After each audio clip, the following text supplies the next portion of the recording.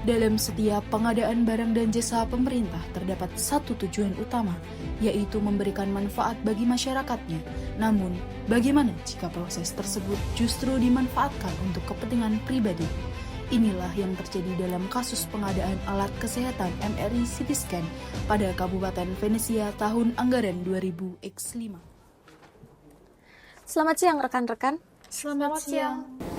Jadi begini, saya mendengar kabar dari masyarakat bahwa akan diadakan pengadaan alat kesehatan MRI CT scan dan nilai proyeknya itu sangat besar.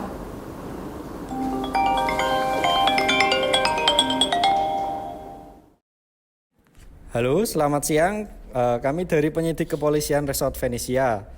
Kami membutuhkan bantuan tim auditor untuk melakukan pemeriksaan investigasi terkait dugaan kecurangan dalam pengadaan alat MRI CT scan tahun anggaran 20X5.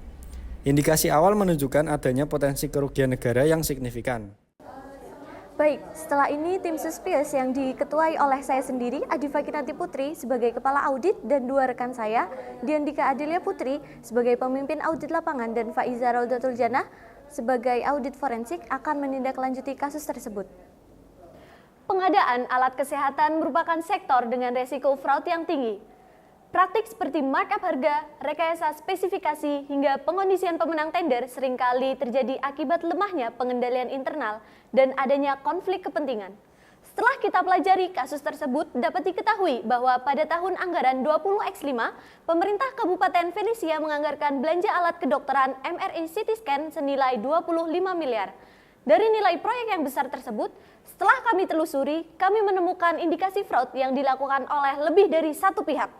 Oleh karena itu, dilakukan audit investigatif untuk mengidentifikasi kecurangan, mengungkap siapa pihak yang terlibat, serta menghitung kerugian negara. Bentuk kecurangan yang telah kami temukan meliputi yang pertama, penyusunan HPS tidak independen karena mengacu pada pihak tertentu. Yang kedua, indikasi bid rigging seperti pengaturan pemenang tender. Yang ketiga, manipulasi dokumen lelang. Yang keempat, barang tidak sesuai spesifikasi yaitu barang diduga rekondisi. Yang kelima, tidak dilakukannya uji teknis saat serah terima. Kasus ini artinya bukan sekedar kesalahan administratif, tetapi sudah masuk kategori intentional fraud. Berdasarkan hasil analisis kami, kasus ini melibatkan berbagai pihak, baik internal maupun eksternal, yang menunjukkan adanya kolusi fraud. Dari pihak internal yang pertama ada Direktur RSUD, yaitu Saudara Mochi sebagai pengambil keputusan, kemudian ada pihak PPK Saudara Velvet sebagai pelaksana pengadaan, ada dari pihak Pokja yaitu Ketua, Saudara Nakula dan anggota Saudara Sadewa sebagai pengevaluasi tender, kemudian ada pihak PPHP yaitu Saudara Planet sebagai penerima hasil pekerjaan, dan yang terakhir dari DPRD yaitu Saudara Bonaventura sebagai terkait pengawas anggaran. Kemudian ada pihak eksternal yang ikut terlibat, yaitu ada pihak penyedia dari PT Matera dan pihak terkait lainnya dengan indikasi perusahaan relasi.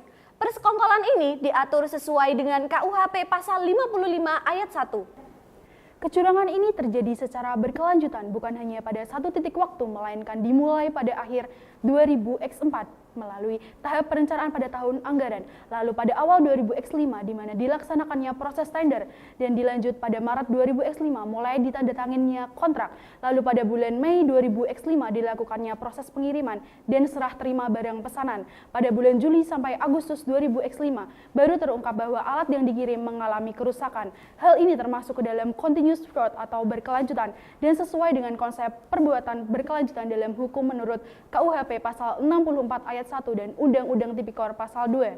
Kecurangan ini tidak hanya terjadi pada satu tempat, melainkan di beberapa level, yaitu RSUD sebagai level organisasi, lalu unit pengadaan yang dilakukan oleh Pokja, dan sistem elektronik dengan menggunakan LPSA, yang artinya fraud ini bersifat sistematik, multidimensional, dan tidak bisa dicegah dengan sistem, karena adanya integrasi yang lemah. Hal ini sesuai dengan Undang-Undang Tipikor pasal 3 dan pasal KUHP pasal 415. Berdasarkan analisis kami dengan teori fraud heksagon, kami dapat menyimpulkan bahwa kasus kasus ini diduga muncul karena 6 faktor. Yang pertama adalah pressure, disebabkan karena kebutuhan atau tekanan finansial. Yang kedua, opportunity, disebabkan karena lemahnya pengendalian internal. Rationalization, disebabkan karena pembenaran tindakan. Lalu capability, disebabkan karena pelaku mempunyai kemampuan. Lalu ego, muncul karena merasa berkuasa.